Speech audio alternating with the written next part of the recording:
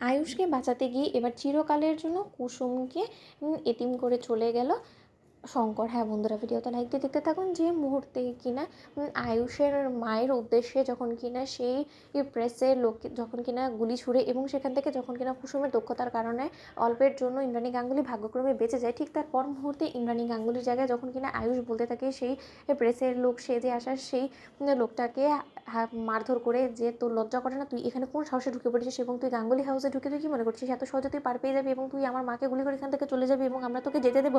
আজ তোর এই পৃথিবীতে শেষ দিন হবে। তোর এত বড় স্পর্ধা হয় কী করেছে? তুই ইন্দ্রাণী গাঙ্গুলি আমার মায়ের দিকে চোখ তুলে তাকিয়েছিস, তাকে মেরে ফেলার জন্য এখানে এসেছিস। তোকে কে পাঠিয়েছে? নিশ্চয়ই ওই দেবলীনা পাঠিয়েছে, তাই তো? ও জেলে থেকেও কোনো মতে দমেনি, তাই না? ও কোনো মতে আমাদের ভালো হতে দেবে না, ও আমাদের সর্বনাশ করেই ছাড়বে। ও যদি এটা ঠিক করে থাকে তাহলে আমিও বলে দিচ্ছি যে ওই দেবলীনার তো সর্বনাশ করবো সঙ্গে তোকে যে ও এজেন্ট সাজিয়ে এখানে পাঠিয়েছে না, তোকেও আমি জীবিত এখান থেকে ফিরতে দেবো না। তার আগে তোকে আমি দেখাচ্ছি মজা। ঠিক সেই মুহূর্তে যখন কিনা সেই প্রেস সেজে আসা সেই গুন্ডার সঙ্গে হাতাহাতি হতে থাকে আয়ুষের, এবং আয়ুষের দিকে যখন কিনা অবশেষে সেই গুন্ডা আত্মরক্ষার খাতিরে যখন কিনা বন্দুক তাক করে বলতে থাকে যে দেখ, আমার সঙ্গে একদম ভিড়ার চেষ্টা করবি না, কারণ তুই কিন্তু জানিস না যে আমার কিন্তু গানটা সম্পূর্ণরূপে লোডেড আছে এবং এইখানে যে কয়েকটা গুলি আছে না, তাতে করে না তোদের গোটা পরিবারটাকে উপরে পাঠিয়ে দেওয়ার জন্য একদমই পারফেক্ট হবে। তাই তোরা একদম আমার সঙ্গে চালাকি খাটানোর চেষ্টা করবি। এবং তুই কি বললি যে তুই আমাকে এখানে মেরে পুঁতে রাখবি, অথচ কেউ জানতে পারবে না? তুই কি মনে করছিস আমি এত সহজে এখানে তোদের হাতে মরার জন্য আমি এখানে এসেছি? আমি কিন্তু সিরিয়াল কিলার এবং আমি কিন্তু যেন তেন লোক না, তাই আমার সঙ্গে একদম চেষ্টা করবেন এই সমস্ত কিছু।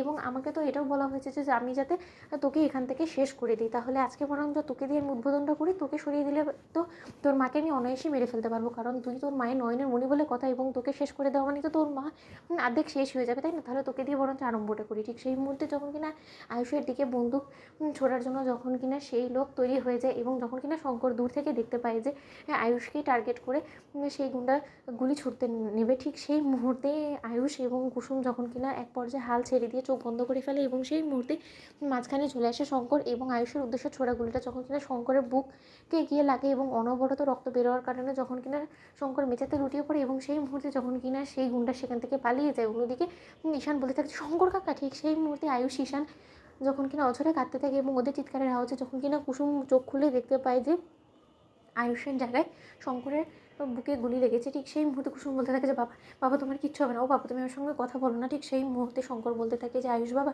পারলে তোমরা আমাকে ক্ষমা করে দিও।